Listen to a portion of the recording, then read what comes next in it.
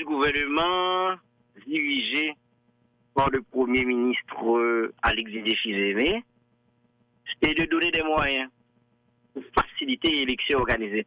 Et je crois que dans l'article 20, 19 ou 20 de l'accord du 4 avril 2024, il est clair. Rôle Premier ministre là, chef gouvernement, c'est faciliter. Pas de moyens que la baille, l'instruction des conseillers présidents, parce que c'est deux entités qui marchent, qui fonctionnent comme ça. Donc, pour bailler moyen à CPA pour organiser l'élection. Donc maintenant, ça, c'est de bagages qui fait en permanent, de discussion, que le Premier ministre, le chef gouvernement toujours fait, et accompagné, et puis l'autre, le conseiller présidentiel, Pasteur Frinel Joseph, le coordonnateur, l'actuel coordonnateur.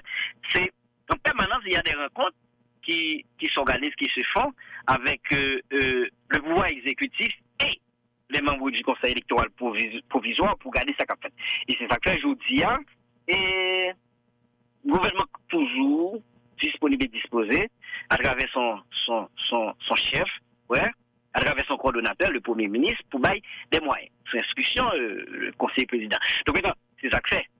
Nous dédiler au passage, ou ensemble de dispositions qui prend. Ça, le gouvernement fait par exemple les 3 milliards de gouttes, il mettait dans le budget pour le financement électoral.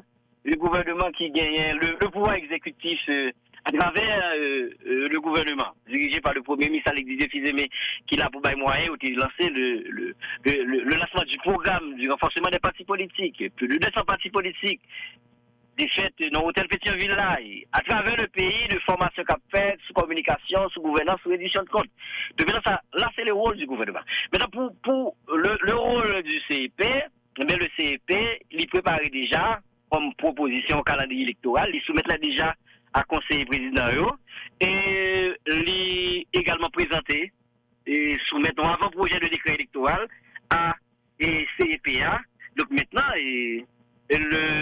au moment où nous parlons, je crois que discussion technique même y a fait parce que au calendrier sont documents techniques à dimension politique bien sûr, ok?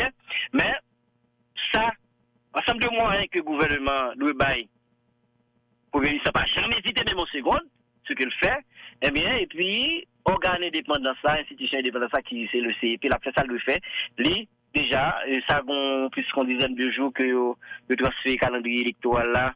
Et puis l'avant-projet décret électoral là-bas, et c'est au niveau du CEP, et je crois que à ce niveau, il y a des discussions qui sont faites entre les représentants du CEP et les conseillers présidents autour de questions, parce que j'en ai regardé là, Jean ou sauté évoqué ça en introduction, et ça faut avouer que le coordonnateur du conseil et présidentiel de transition, ils font sortir par chef Frinel pour dire que, écoutez, le moment n'est pas destiné au changement de gouvernement.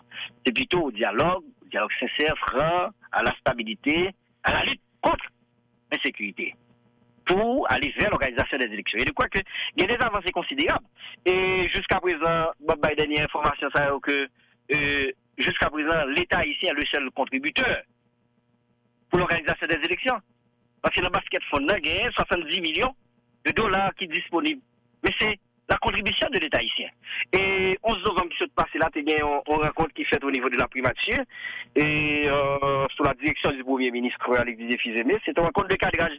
Côté que les partenaires internationaux et nationaux qui rentrent dans le cadre de l'organisation d'élection là et le Premier ministre, sous instruction justement du Conseil présidentiel de transition, ils ont demandé rapidement pour que, automatiquement, la présidence et le Conseil présidentiel de transition lui-même, les publier le décret électoral, le décret électoral pour que, eh bien, CEP a lancé donc la table des bailleurs, la table sectorielle, pour que l'autre pays, puisque l'État haïtien, c'est pour la première fois dans l'histoire, l'État haïtien contribue déjà 70 millions de dollars qui est disponible pour organiser l'élection, pour que et l'autre partenaires internationaux qui décident de contribuer pour aller vers l'élection, pour faire le conseil électoral provisoire, lui acheminer déjà l'avant-projet électoral à CEPA, le calendrier électoral à CEPA,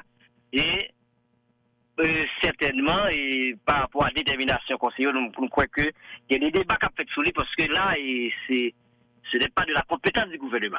J'insiste, le gouvernement, le chef du gouvernement, son Excellence Alexis Fizeme, il est là pour donner des moyens, comme chef du gouvernement, comme premier ministre. Et ce qu'il fait, il ne va jamais hésiter, même en seconde, pour donner des moyens à conseil électoral provisoire, conformément à l'accord du 4 avril 2024, je crois que dans l'article 19 ou 20. Voilà.